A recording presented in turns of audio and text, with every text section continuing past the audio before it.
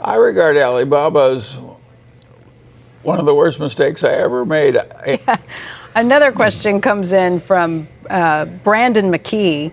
He's also asking about some of the situations with Alibaba. He said, how should investors view geopolitical events in regards to their investment in foreign countries? How do you look at the situation of the recent Chinese spy balloon in regards to the Alibaba investment? Well, of course, it was a very interesting thing. Jack Ma was a dominant capitalist in Alibaba. And one day he got up and made a public speech where he basically said the Communist Party is full of malarkey. They don't know their ass from their elbow. They're no damn good, and I'm smart. And of course, the Communist Party didn't particularly like his speech. And pretty soon he just sort of disappeared from view for months on end. And now he's out of BYD. It was pretty stupid. It's like poking a bear in the nose with a sharp stick. It's not smart. And Jack Ma got way out of line by popping off the way he did to the Chinese government. And of course it hurt Alibaba. But I regard Alibaba as one of the worst mistakes I ever made. In thinking about Alibaba, I got charmed with the idea of their position on the Chinese internet. I didn't stop to realize they're still a goddamn retailer. It's going to be a competitive business, the internet. It's not going to be a cakewalk for everybody. It's coming in from Walnut Creek, California, who just said previously you stated that despite certain shortcomings, China was generally moving in the right direction. However, with the recent actions taken by the Chinese government, such as capriciously punishing technology and educational companies, declining to import effective COVID vaccines, escalating threats towards Taiwan, do you still maintain that China is a viable investment option for foreign capital, or is China experiencing a similar regression as Russia has seen under Putin's leadership that culminates in the invasion of Taiwan? Well, that's a very good question, of course, but I would argue that the chances in a big confrontation from China have gone down, not up, because of what happened in the Ukraine. I think that the Chinese leader is a very smart, practical person. And it doesn't, Russia went into the Ukraine because it looked like a cakewalk. I don't think Taiwan looks like such a cakewalk anymore. I think it's off the table in China for a long, long time. And I think that helps the prospects of investors who invest in China. And the other thing that helps in terms of the China prospects are that you can buy better, stronger companies at a cheaper valuation in China than you can in the United States. So you're getting, the extra risk can be worth running given the extra value you get. That's why we're in China. It isn't like we prefer being in some foreign country. Of course, I'd rather be in Los Angeles right next to my house. You know, it'd be more convenient. But I can't find that many investments, you know, right next to my house. Writes in, how have political events in China over the last few months affected your thinking on the country? Several people, including me, were taken aback by the forceful withdrawal of former President Hu Jintao at the October 22 annual Congress. President Xi seems to have consolidated power, and his actions have indicated that he thinks very differently about the role of business in Chinese society. Well, I have more optimism about the leader of the Chinese party than most people do. He's done a lot right, too. And you know, he led a big anti-corruption drive. He's done a lot of things right. So, and I don't know where this man lives. Where is there a place where the government is perfect in the world of sin and sorrow? The democracies aren't that brilliantly run either. So it's natural to have some decisions made by government that don't work well. It's natural to have decisions in each individual life that don't work very well. We live in a world of sin, sorrow, and misdecision. That's what human beings get to cope with in their days of life. So I don't expect the world to be free of folly and mistakes and so forth. And I just hope I'm invested with people who have more good judgment than bad judgment. I don't know anybody who's right all the time.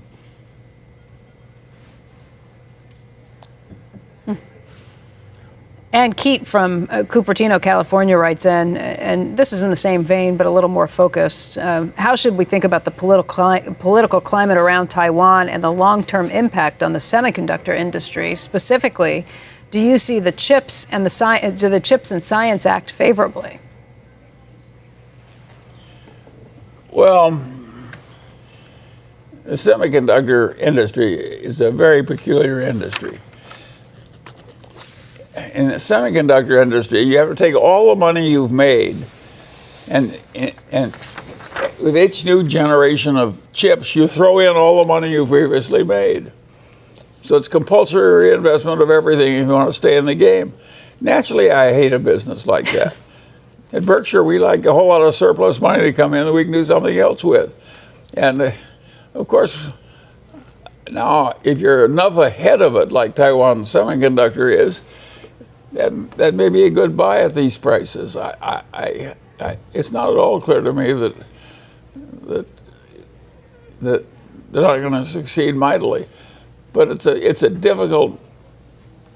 It's a business with enormous promise for the big winner, but it's a difficult business in requiring everybody to keep increasing the bets on and on with all the money, and so it's not perfect, that semiconductor business. But remember when Intel owned the world? Intel was once the Taiwan semiconductor business of the world. Yeah. They invented the damn business, and they dominated it for decades. And Intel, it's not clear to me that Intel's going to have a very decent semiconductor business, getting as far behind as they are now. My answer is it's not so damn foolproof as it looked.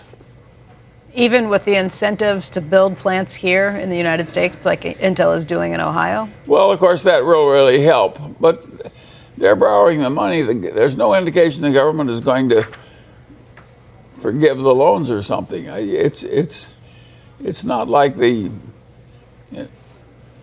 recent loans to business where they said, we'll loan you the money, and then it was a way of go keep the money.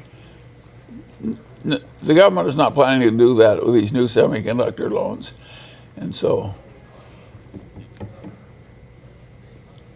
look, it's not a field where I feel I have a lot of expertise. What the hell do I know about semiconductors? Do you worry about any conditions that the government would put on companies that end up using any of that money, with semiconductors or anything else? Well, of course, all of that, it's deeply intertwined with government policies of both China and the United States. So I would rather have something that's more foolproof myself. But I do think Taiwan Semiconductor is the strongest semiconductor company on earth. So I am a big admirer of what they've achieved. It's just incredible of what they've achieved.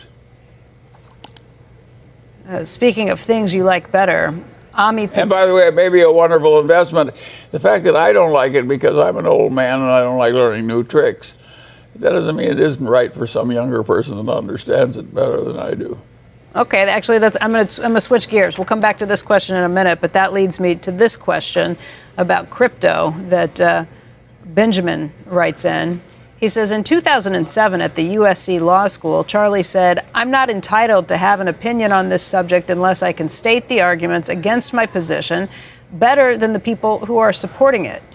The question is, does this also apply to your Wall Street Journal article on banning cryptocurrencies? And if yes, would you care to share the arguments against your position? Well, I don't think there are good arguments against my position. I think the people that oppose my position are idiots. And so I don't think there is a rational argument against my position. This is an incredible thing. Naturally, people like to run gambling casinos where other people lose. And the people who invented this crypto crapo which is my name for it. And sometimes I call it crypto crappo, and sometimes I call it, well, crypto shit. And it's just ridiculous that anybody would buy this stuff. And it isn't. You can think of hardly nothing on earth that has done more good to the human race than currency, national currencies. They were absolutely required to turn man from a goddamn successful ape into modern successful humans in human civilization. Because it enabled all these convenient exchanges. So if somebody says, I'm going to create something that sort of replaces the national currency, it's like saying I'm going to replace the national air, you know. It's asinine. It isn't even slightly stupid, it's massively stupid. And of course it's very dangerous, and of course the governments were totally wrong to permit it. And of course I'm not proud of my country for allowing this crap, what I call the crypto shit, it's worthless, it's no good, it's crazy. It'll do nothing but harm. It's antisocial to allow it. And the guy who made the correct decision on this is the Chinese leader. The Chinese leader took one look at crypto shit and he says, not in my China. And boom, well, there isn't any crypto shit in China. He's right and we're wrong.